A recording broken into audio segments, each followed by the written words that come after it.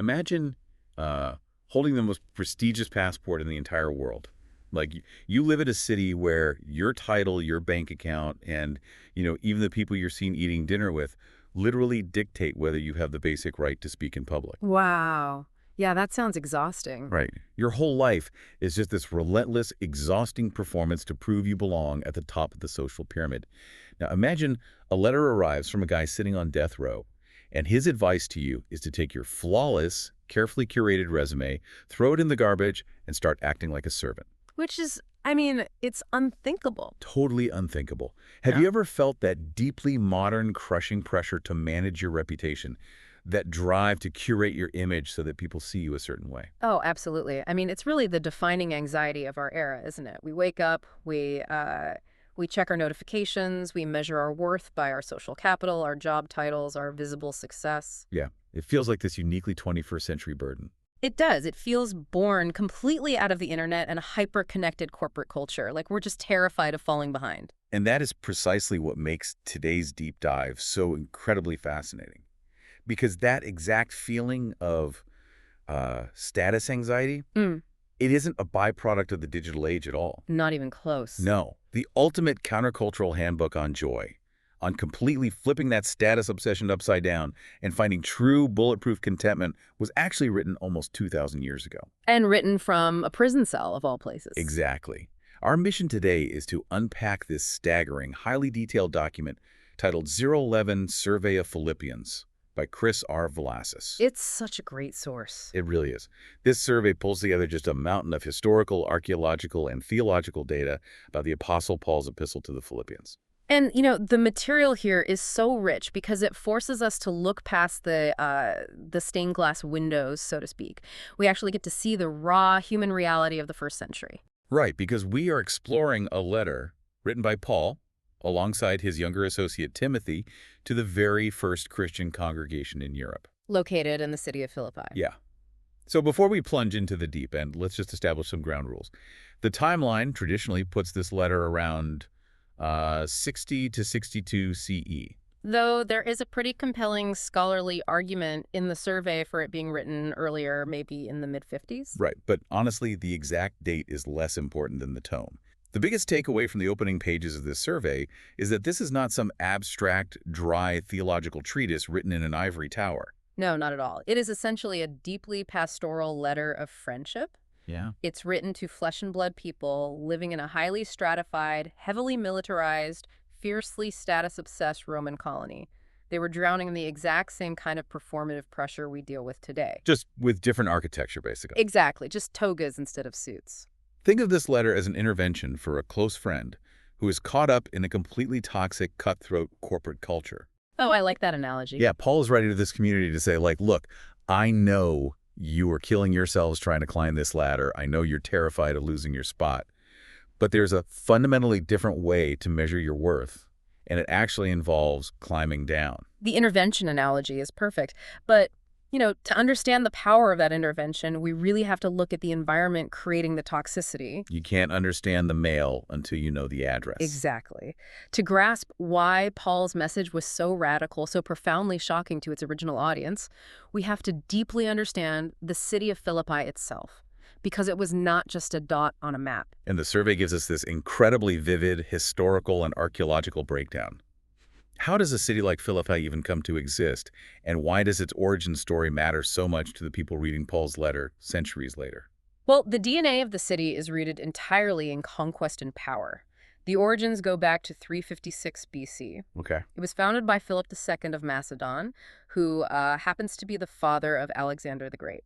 Oh, wow. So major historical weight right off the bat. Huge weight. And Philip didn't just pick a pretty spot. He saw this location and recognized its immense strategic value. It controlled a crucial overland route between Europe and Asia. And the gold mines, right? Yes. More importantly, it gave him direct access to the incredibly wealthy Mount Pangaean gold mines. So, from its very inception, Philippi is a city built on military strategy, power projection, and resource control. It was designed to dominate. Literally built for it. So it's basically a fortress built on top of a gold mine. But the culture Paul is addressing isn't really Philip's culture anymore. The real turning point The cataclysmic event that shapes the minds of the people reading this letter happens way later, right? Yeah. In 42 BC. Right, the Battle of Philippi. If you want to understand the Roman psyche of this city, you have to understand 42 BC. Set the stage for us. This is the epic, bloody showdown following the assassination of Julius Caesar. The Roman Republic is just tearing itself apart. You have Mark Antony and Octavian on one side seeking vengeance for Caesar. And Brutus and Cassius on the other. Exactly the assassins, trying to save the Republic. And they clash at Philippi in one of the largest civil war battles in Roman history. Antony and Octavian win, Brutus and Cassius commit suicide, and that battle effectively ends the Roman Republic. Setting the stage for the absolute power of the Roman Empire. Yes. And what do the victors do with the city after they win? Yes. Because they don't just, leave it alone. They completely override its identity. They do. They refound it as a Roman colony. And the way they do this is crucial. They forcibly settle thousands of their retired military veterans there. Oh, wow. Yeah, these are hardened soldiers who just won a massive civil war. And then a decade later, when Octavian becomes the Emperor Augustus, he settles even more veterans there, displacing the local population. So Philippi just becomes this hyper-patriotic, heavily militarized outpost. Totally. The ancient sources literally describe a Roman colony of this type as a small Rome. A small... Yeah, it was designed to look, feel, and function exactly like the capital. And it's sitting right on the Via Egnatia, which was the ancient superhighway linking the eastern and western halves of the empire. So the people living there aren't just casually patriotic. Their entire identity, their wealth, their social standing, it's all tied to proving how Roman they are. Yes, exactly. The survey highlights that the archaeology we have today completely backs this up. It paints a picture of a city absolutely dripping with civic pride. Dripping with it. The archaeological evidence is basically a physical manifestation of their arrogance. You have massive, fortified city walls and an imposing acropolis. Which screams military dominance. Exactly. But the civic spaces are where it gets really interesting. There was a pre-existing Hellenistic Greek theater, and when the Romans took over, they didn't just use it, they heavily modified it. How? They ripped out the seating to create an arena for gladiatorial combat and wild beast hunts. Of course they did. Because that was the Roman way of displaying power over life and death. You also have a classic Roman forum, which was the beating heart of public life, visibility, and commerce. What stands out to me from the source material is the epigraphic evidence, right? The writing on the monuments, the public squares, the tombs. Philippi is sitting in the middle of Greece, in Macedonia, where everyone speaks Greek, yet the inscriptions are overwhelmingly in Latin. It's such a power move. It's like moving to Tokyo and insisting on writing all your street signs and storefronts in English just to remind everyone you are American. Yeah. It's a massive flex. It is the ultimate flex, and it proves that Philippi was a pressure cooker of honor competition. In the Greco-Roman world, and particularly in a veteran colony like this, your entire existence was dictated by the honor-shame culture. Right. And the engine that drove that culture was the patronage system. Let's ground that concept a bit, because we throw around terms like patronage system, and it sounds like an abstract economic theory.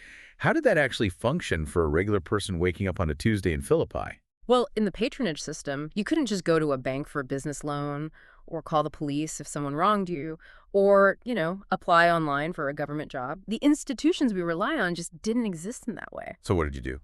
Instead, society functioned as a massive, rigid web of personal favors and debts. You, as a lower status person, had to find a wealthy, powerful patron. You became their client. Okay. In exchange for their money, their legal protection, or their social influence, you owed them absolute public loyalty. And that loyalty wasn't just a quiet sense of gratitude, right? It was highly performative. You essentially became a human billboard for your patron's greatness. Precisely. Every morning, clients would physically line up outside the patron's house. This was a ritual called the salutatio. The salutatio. Yeah. You would greet them, receive a small handout or assignment, and then literally follow them around the forum all day. If your patron made a speech, you cheered the loudest. Like a hype man. Exactly like a hype man.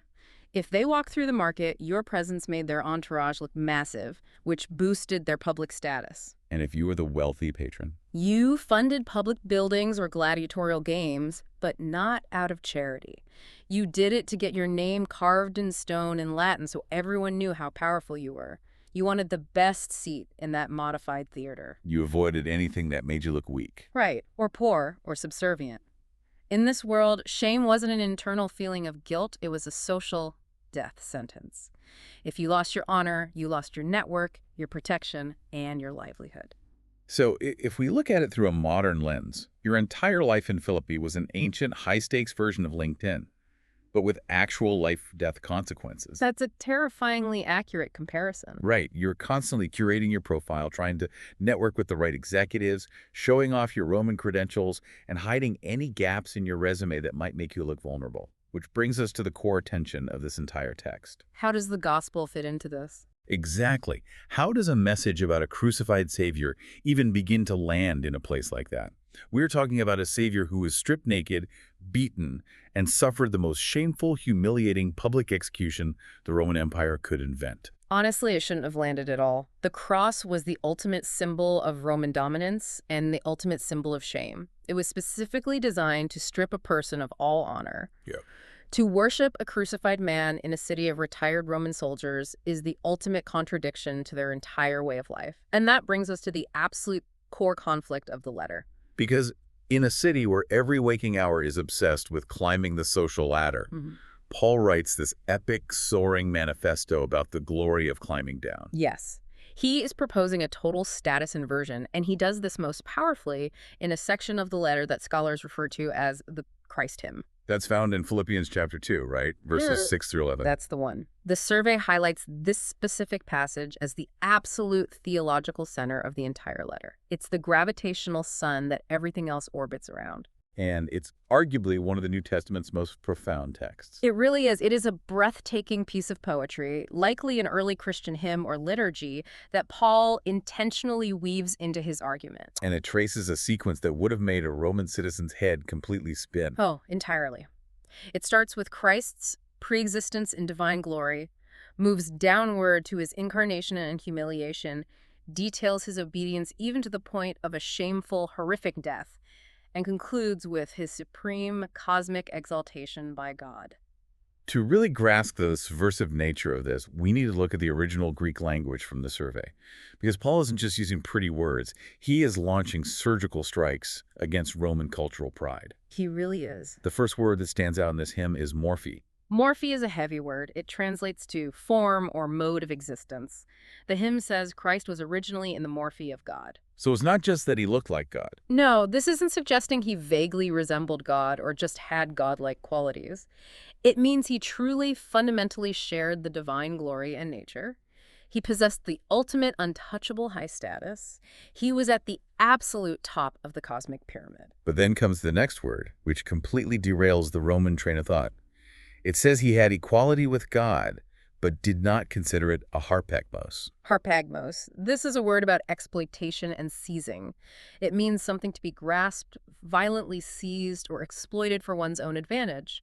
Okay. So the hymn is saying that even though Christ had absolute equality with God, he did not treat that status as a harpagmos. He didn't view his supreme position as a tool for self-advantage, leverage, or self-enrichment. Think about that mechanism in a Roman colony. Think of harpagmos like cosmic insider trading. Right. If you have privileged information or a VIP pass or immense wealth in the Roman world, the entire cultural expectation is that you exploit it to crush your competitors, secure your comfort, and elevate your own name. That is the whole point of having power. Exactly. Paul is saying Jesus had the ultimate insider advantage, the ultimate power, and he explicitly refused to cash it in. He looked at his leverage and chose not to use it. Which leads directly to the third and perhaps most shocking Greek word in the sequence, kenu. The emptying. Yes. Instead of grasping, he emptied himself. Kenu. He took the morphe, the form, the fundamental nature of a servant, or more accurately, a slave. Which is the ultimate scandalous contrast to the Roman ego. Completely. In a culture where everyone is desperately trying to fill themselves up with honor, titles, wealth, and public praise, the creator of the universe actively empties himself of privilege in order to serve the people below him. The source material draws a brilliant redemptive historical line here, connecting this all the way back to the very beginning of the biblical narrative in Genesis. The parallel is stunning. When you look at the temptation of Adam and Eve, it is fundamentally a story about grasping. Yes, Adam and Eve are in the garden. They are human. But they are tempted by the serpent with the promise of elevated status. You will be like God. So what do? They reach out and grasp the fruit. They try to seize equality with God as a harpagogonus, a thing to be snatched for their own advantage. Mhm. It is the original upward mobility scheme, and it shatters humanity. Wow. Jesus, who actually is God, does the exact opposite. He undoes the grasp of humanity by opening his hands, releasing his privilege, and descending. I have to push back here, though. Yeah. Let's look at this from the perspective of a terrified, lower-middle-class client living in Philippi. Okay, fair enough. If you live in a hyper-militarized, cutthroat city where weakness is a literal death sentence and you suddenly decide to empty yourself of all your leverage, stop competing for honor and act like a servant, don't you just get crushed? Yeah, you become prey. Right. Isn't Paul effectively telling these people to make themselves willing victims in a ruthless society? Why would anyone adopt this mindset? That is the exact tension the original readers must have felt. It sounds like a recipe for social suicide. But Paul's argument is that the Roman definition of victory is a fragile illusion. An illusion. Rome says power is found in dominance, but it always ends in paranoia and violence. Paul points to the end of the Christ hymn to prove his point. Because Jesus descended, emptied himself, and suffered on the cross, God highly exalted him and gave him the name above every name. Oh, so the vindication comes from outside the Roman system. Exactly. Paul is arguing that the fabric of the universe actually operates on an inverted economy. The path to true indestructible glory isn't through climbing and exploiting. It is through descending and serving. So he is telling them, if you empty yourself, Rome might mock you, but the God of the universe will vindicate you. Yes, he isn't just giving them a list of moral chores like try to be a nicer person. He is completely redefining what power and success actually are. But it's one thing to sing a beautiful poetic hymn about Jesus emptying himself. Jesus is divine. It is entirely another thing for a regular, flawed human being to actually live that out on a Tuesday in a Roman forum. Right, theory versus practice. Yeah, what does this status inversion actually look like in practice? Well, Paul anticipates that exact question. He knows theory isn't enough. So he seamlessly transitions from the soaring theology of the hymn to practical, flesh and blood case studies. And the very first case study he offers them is his own current reality. Right. And his current reality is that he is sitting in a prison cell. The survey spends some time on a fascinating historical debate about where exactly Paul is imprisoned when he writes this letter. It does. The traditional view is that he is in Rome, which makes a lot of sense given his references to the imperial guard and the household of Caesar. But there's a very strong alternative case presented that he might have been imprisoned in Ephesus in the mid-50s. Yes, the location debate is a great puzzle for historians. If he is in Ephesus, it tightens the geographical distance to Philippi, which makes the multiple journeys of messengers mentioned in the letter much easier to explain. And it shifts the timeline of his missionary work. It does. But the survey is very clear on one point.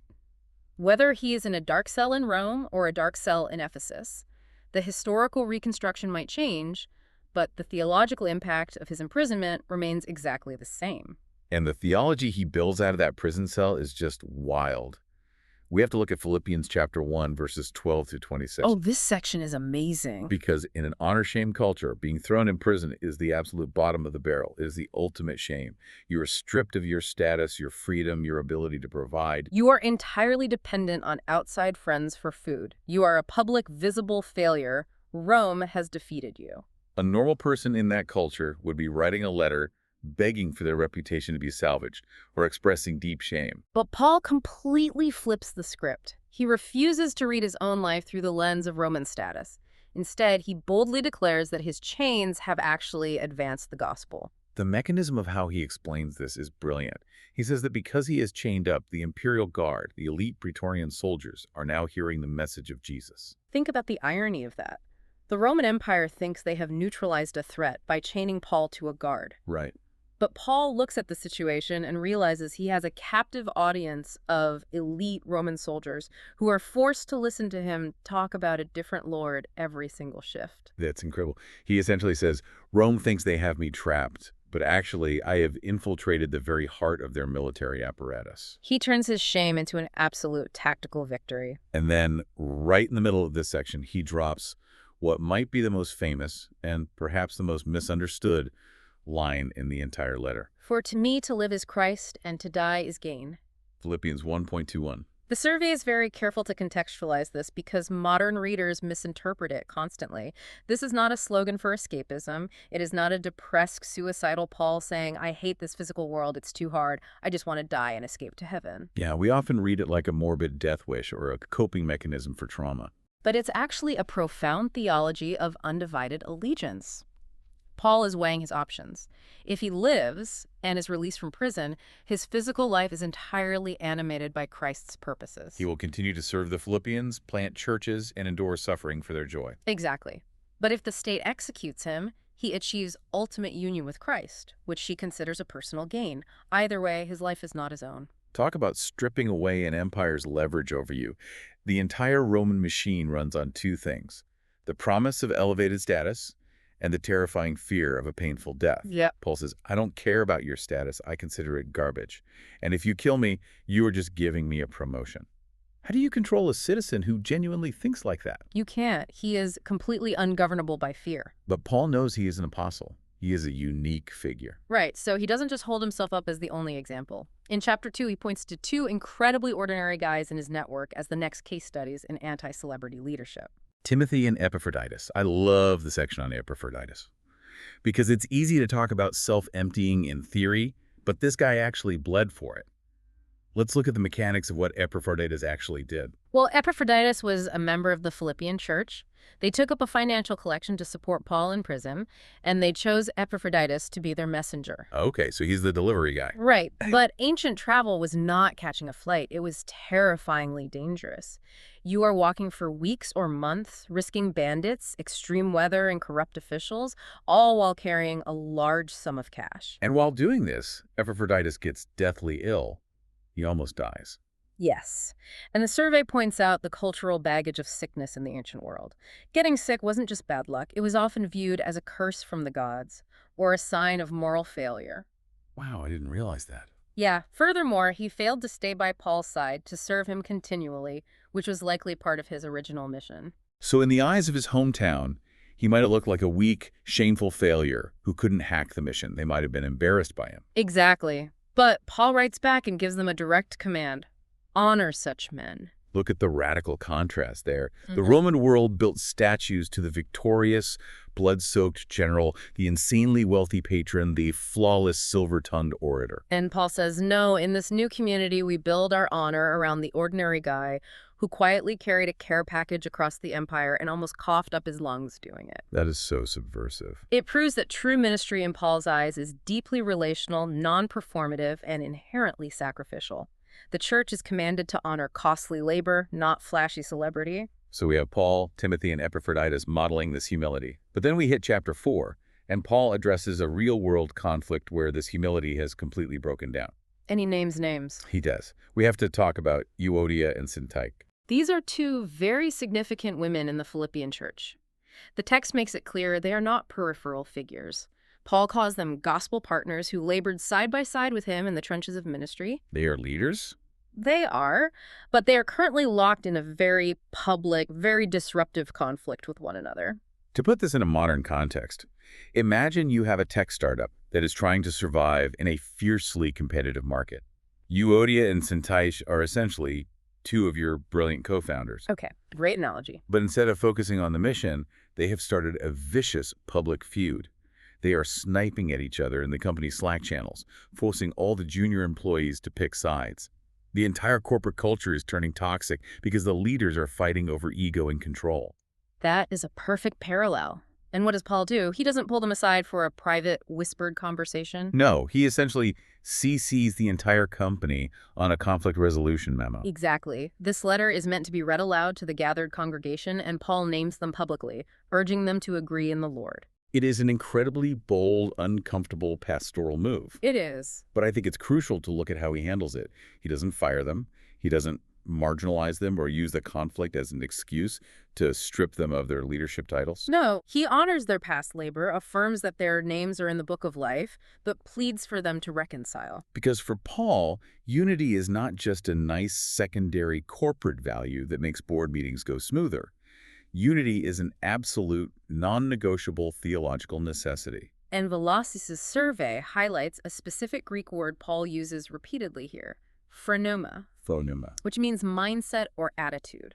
Paul is constantly hammering the Philippians to have the same phronema, specifically the mindset of Christ that we saw in the hymn. Ah, tying it back to the hymn. Exactly. If Euodia and Syntyche are at war with each other, it means they are operating out of ego. They are grasping for status and leverage. They have forgotten the Christ hymn. They have lost the mindset of the Savior who emptied himself. You cannot have a church that preaches a crucified Lord while its leaders are playing Roman power games. So put yourself in the shoes of a believer listening to this letter being read. Yeah. You are trying to adopt this phronema. You are striving to live this radically humble life, honoring the lowly, giving up your leverage, and refusing to play the honor-shame game. It's a tall order. Yeah, it really is. How do you actually survive mentally? If you live in a society that values the exact opposite and you step off the treadmill of status, won't you just be consumed by anxiety about your future? Oh, for sure. How do you keep from becoming bitter or totally burnt out? Right. That is the ultimate practical dilemma. It's one thing to have the theology. It's another to wake up every day and live it without losing your mind. And Paul answers this directly in chapters 3 and 4 by radically redefining what constitutes the good life and where a person's security actually comes from. Chapter 3 is fascinating. The survey frames this section as a tale of two citizenships. Paul starts by issuing a harsh warning against people he calls enemies of the cross. These are individuals who put their confidence in the flesh. Now, he doesn't mean flesh like physical skin. He means human credentials, religious pedigree, earthly achievements, and rule-keeping. To dismantle their argument, Paul essentially pulls out his own ancient LinkedIn profile. He says, if anyone thinks they have reason to boast about their earthly status, look at my resume. And it's an impressive resume. Unbelievable. He lists his impeccable, flawless pedigree, circumcised on the 8th day of the elite tribe of Benjamin, a Hebrew of Hebrews, a Pharisee regarding the law, unmatched in his zeal, and totally flawless in his legalistic righteousness. He had the ultimate religious and social capital. If there was a ladder to climb, he was sitting on the top rung. But then he makes a shocking accounting decision. He says, whatever gain I had, I counted as loss for the sake of Christ. And the Greek word he uses to describe his resume, his status, his pedigree, his life's work, is skybalon, Skybalon. which translates to garbage, refuse, or even dung. It's a really strong word. He looks at the very things the rest of the world is killing themselves to achieve, and he calls it toxic waste, because he has found a completely different source of identity. And this is where he drops a political bombshell. Oh, huge. He introduces the concept of citizenship using the Greek word politeuma. He tells the Philippian church, our politeuma is in heaven. In a Roman colony that obsessed over Roman citizenship, using that specific word is borderline treasonous. It really is. Roman citizenship was everything. It gave you legal rights, protection from certain punishments, tax breaks, and immense social superiority. If a Roman magistrate walked by, you flaunted your citizenship. It was your ultimate security blanket. But Paul looks at this congregation of people, some of whom actually possess this elite Roman citizenship, and says, your primary allegiance, your true civic belonging, isn't to Rome. It isn't to the emperor. Your capital city is heaven. It is an allegiance that entirely supersedes the empire, and the practical implication of that is massive. It means you don't have to play Rome's exhausting status games anymore, because you aren't fundamentally a citizen of Rome. You belong to a different kingdom, governed by a different king, who values completely different things. You are essentially an expatriate living in Philippi. And when you truly internalize that identity, it unlocks a totally different way to experience the physical world and its hardships. Which brings us to the famous concept of contentment in chapter 4. We have to talk about Philippians 4.1113. Oh, we absolutely do. I can do all things through him who strengthens me. Yeah. If you are listening to this right now, there is a 99% chance you have seen this verse printed on a coffee mug, a sports poster, or a gym t-shirt. 100%. We treat it like a divine hype slogan. We use it to mean, I can win this football championship, or I can crush this job interview and get the promotion, or I can achieve all my personal goals because God is my spotter. It has been completely, almost tragically, divorced from its original context. Remember where the author is sitting. Paul is writing this from a literal prison cell, dependent on the charity of others to survive. He isn't talking about achieving earthly greatness. No, he is talking about the ability to survive crushing poverty, physical hunger, and profound deprivation without losing his deep internal joy. When you realize the context, it completely shatters the modern prosperity gospel reading of that verse. The source material points us to Another crucial Greek word that Paul uses here to describe his state of mind, autarkos. It translates to contentment or self-sufficiency. But there is a massive philosophical battle happening underneath this word. Explain that. It is a brilliant piece of cultural subversion. The Stoic philosophers of the day, who were very popular and influential, used the word autarkos as their ultimate human ideal. Okay, what did it mean to them? For a Stoic, to be autarkos meant relying totally and completely on yourself. The goal was to detach your emotions from your external circumstances so thoroughly that you simply didn't need anyone or anything. If you lost your wealth, you didn't care. If you were imprisoned, you didn't care. You were an impenetrable fortress of self-reliance. It sounds kind of exhausting, honestly. It's essentially emotional numbness disguised as strength. That's a good way to put it. But Paul takes this popular cultural ideal and radically recenters it. He completely rewires it. Paul says, I have learned the secret of facing plenty and hunger, abundance and need. I have learned to be autarkos. But his secret is not Stoic self-reliance. It's the exact opposite. It is total, absolute Christ-reliance. His sufficiency isn't drawn from his own inner fortitude or his ability to emotionally detach. It is a Christ-enabled sufficiency. He is saying, I can endure the extremes of both abundance and starvation because Christ actively sustains me in both. You know, the inclusion of abundance in that list is so profound to me. Why is that? Well, we usually think we only need help surviving poverty or tragedy, but abundance can actually be just as dangerous to the soul when it comes to status anxiety. Oh, absolutely. When you have abundance, you become paralyzed by the anxiety of keeping it, protecting it, and growing it. When you lack, you get consumed by the anxiety of survival. That's so true. By grounding his contentment entirely in Christ, Paul is liberated from both ends of the anxiety spectrum. Which naturally leads to the practical instructions Paul gives on how to manage the mind. If your contentment comes from Christ, how do you maintain focus on Him in a world full of terrifying distractions? He gives them a mental liturgy in Philippians 4:8. Right, he lays out this beautiful checklist for the brain. Whatever is true, whatever is honorable, whatever is just, whatever is pure, whatever is lovely, whatever is commendable, if there is any excellence, if there is anything worthy of praise, think about these things. The survey makes a critical distinction here. This isn't just the power of positive thinking. No, Christian peace isn't burying your head in the sand, ignoring injustice, or pretending bad things aren't happening. It is the hard-won fruit of prayerful trust and highly disciplined thought. In a Roman honor-shame culture, your mind naturally defaults to dwelling on who insulted you, who has more status than you, your bitter rivalries, and the constant fear of losing face. Exactly. And Paul says you have to actively interrupt that toxic mental loop. You must intentionally fix your thoughts on what is truly excellent and praiseworthy. It's a mental diet. What you consume shapes the architecture of your soul. If you doom scroll through the grievances of the Roman Forum or Twitter, you will be an anxious wreck. You have to feed your mind with the realities of the heavenly politeuma. So as we start to bring all these historical and theological threads together, the survey does this brilliant job of holding up the first century as a mirror to the 21st century. It is actually shocking how contemporary this ancient prison letter reads. The technology has changed, but the human heart hasn't evolved a single inch. Let's walk through some of these direct modern applications from the source material. First, let's look at polarization. Yeah, we live in an undeniably fractured, hyper-partisan society where every disagreement turns into a blood feud. Philippians offers a roadmap for community. It teaches us that true unity doesn't mean erasing truth or avoiding tough, uncomfortable conversations. Right. Paul doesn't ignore Euodia and Syntyche. He directly confronts their conflict, but he does it by pointing them back to their shared foundational identity in the gospel. Unity isn't achieved by shallow compromise. It is a profound theological act of centering the community on the self-emptying love of Christ. Then there is the issue of status anxiety and identity politics, which feels like the water we are all swimming in right now. We discussed this at the top of the hour. Our modern obsession with personal branding, accumulating followers, and broadcasting our virtue, it's just the ancient Roman honor competition dressed in digital clothes. We are desperate to prove our worth to the crowd. And Philippians delivers the liberating news that our core identity isn't derived from our political tribe, our job title, or our social media clout. Our true citizenship is in heaven. When you actually believe that, it drains the life or death stakes out of earthly politics and career ladders. What about the contrast between consumerism and generosity?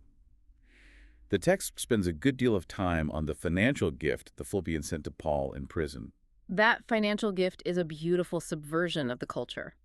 Paul uses the Greek word koinonia, which means deep fellowship or partnership. In the Roman world, giving money was almost always a transactional patron-client exchange. Right. I give you money so that you owe me a favor and boost my honor. Paul completely rejects that framework. He doesn't view their gift as a transaction. He frames it as a genuine gospel partnership. In a modern consumer culture that constantly tells us to hoard resources, protect our wealth, and grasp for more, the Philippians' risky generosity is an act of sheer defiance. It is a physical expression of the self-emptying love of Jesus. Finally, there's burnout, the sheer bone-deep exhaustion of living in a system that constantly demands you prove your worth. Burnout happens when we try to do our work, build our families, and manage our lives entirely out of our own ego, strength, and anxiety. Paul models a life lived through grace. Early in the letter, he tells them, "He who began a good work in you will bring it to completion at the day of Jesus Christ." That is the ultimate cure for burnout. You don't have to carry the weight of the world, the success of your church, or even the ultimate trajectory of your own reputation on your shoulders.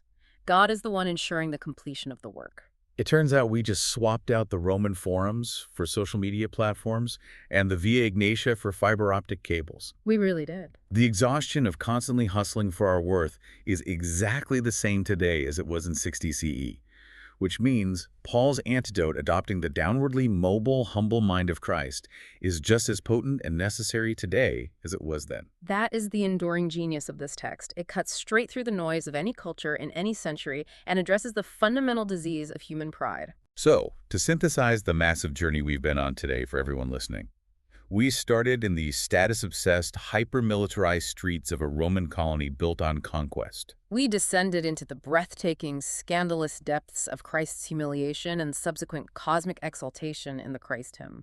We looked at the lived, flesh-and-blood examples of Paul, Timothy, and Epaphroditus, who actively rejected celebrity in favor of costly, sacrificial service. And finally, we explored the incredibly practical realities of finding true, resilient contentment and maintaining a healthy mind in a fractured, anxious world. The overarching truth here is that Philippians isn't just a self-help manual about behaving better or being more polite. No, it is a revelation of what reality actually looks like when Jesus is recognized as the true Lord of the world. It exposes the empire's status games as a fragile, exhausting illusion and offers the solid rock of Christ's joy in its place. But before we wrap up, we want to leave you, the listener, with one final, provocative thought drawn from the very end of Alessis' survey. It's a concept that builds on everything we've discussed today, but pushes it to the ultimate horizon. The text touches briefly on Paul's eschatology, his view of how the world ultimately ends and is renewed. In Philippians 3.21, Paul looks ahead to the return of Christ, and he talks specifically about bodily transformation. It is a stunning promise. Paul writes that the Savior will transform our lowly bodies, literally our bodies of humiliation, which are subject to sickness, aging, and death, to conform with his glorious resurrected body. So here's the question to sit with as you go about your week. We spend billions of dollars and countless hours today trying to preserve our physical bodies, fighting the aging process, or dealing with immense shame and anxiety about our physical limitations and imperfections. We treat the body as either a project to be perfected or a prison to escape.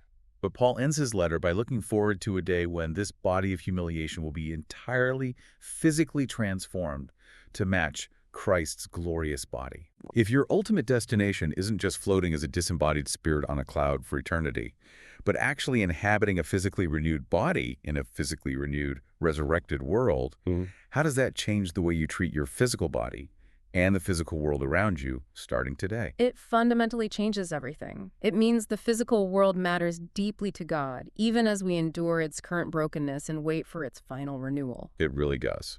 Because when you finally step off the exhausting treadmill of status anxiety and physical perfection, you might just find that the ground you were standing on is exactly where you were meant to be.